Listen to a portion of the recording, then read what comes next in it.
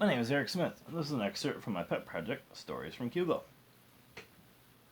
On a breezy Friday morning in April, the Minister of Education, Angela Teirno-Sherwood, was sitting in the teacher's office at Q-Ville Schoolhouse. She spent every Friday here.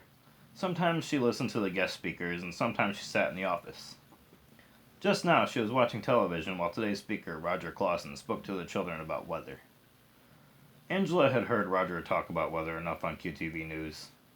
She preferred to watch her favorite soap opera, Witches Be Damned. She got up when she heard a knock on the door that led to the car park.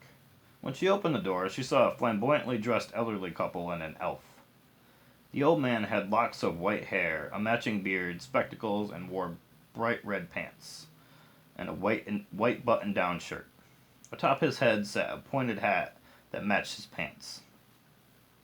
The elderly woman also had spectacles and white hair, which was tied back in a ponytail. She wore an equally bright red dress and black high-heeled boots. The elf had a green toga over one shoulder. "Hello," Angela greeted the trio. "Can I help you?" "Greetings," the couple said as one.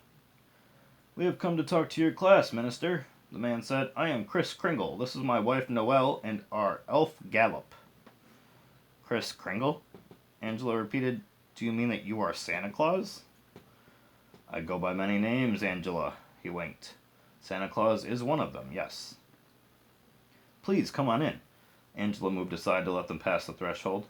"What brings you to our schoolhouse?" "You see, we have a vacation property here in the kingdom," Noelle Claus replied. "Claus Island is one of the floating islands that aren't connected to any other." "That is amazing," Angela replied. "Here? Why here? Is it because of the magic?" "Well, yes," Santa Claus replied.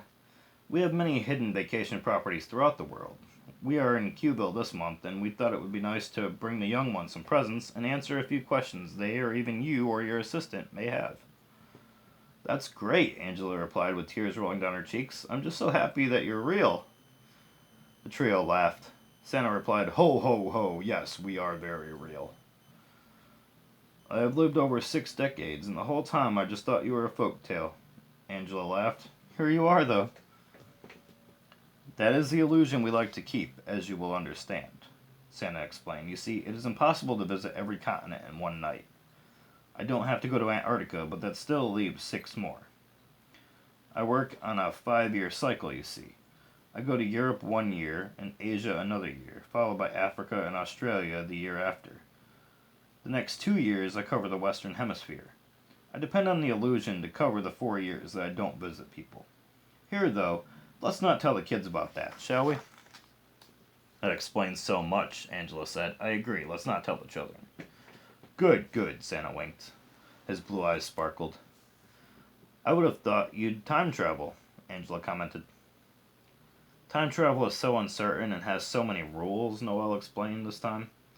"We are a very old witch and wizard, and we don't want to mess with time travel. The illusion has worked for us for 2,000 years, you see." 2,000 years? Angela exasperated. "How did you do that?" "Uh-huh," Santa replied. "There are many lakes on this planet that will grant you immortality," Noelle explained. "We have one that we found, and we drank. That was so long ago now, though. We went back after we started collecting vacation properties, and it was gone. Completely destroyed by a nearby volcano." "That's unfortunate," Angela said. "Fountains of youth." "Yes," Santa said. "It is sad, but there are many more," Noelle replied. "Do you know where another one is?" Angela asked. "We do, but we will not share that information," Noelle said. "It is a quest, you see. There are guardians standing as sentries around many of these fountains." "I will tell you this much," Santa said. "You may not have to go so far as to find a sacred lake of immortality." "Oh?" Angela said. "I say no more," Santa replied, winking again. "Gallop here has been with us since that fateful day at the lake," Noelle added. "Oh, did you drink too, Gallop?" Angela asked. The elf smiled a toothy grin, nodding, and said in a high-pitched voice, "Yes, Minister. Ma'am, I did." The children were ecstatic to see the Kringles.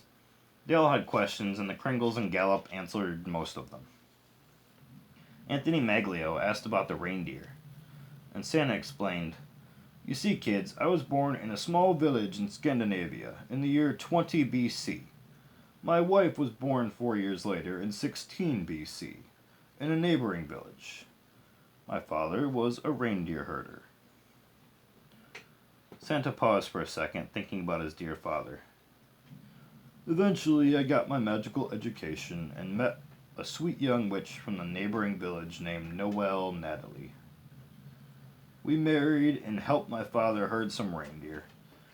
When we found our immortality, we shared it with our 3 elves and 12 reindeer. Gallop was one of those elves." The elf waved to the children. Princess Juniper asked, "Gallop, how old were you when you found immortality?" The elf replied cheerfully, "I was merely 30 years old, your highness."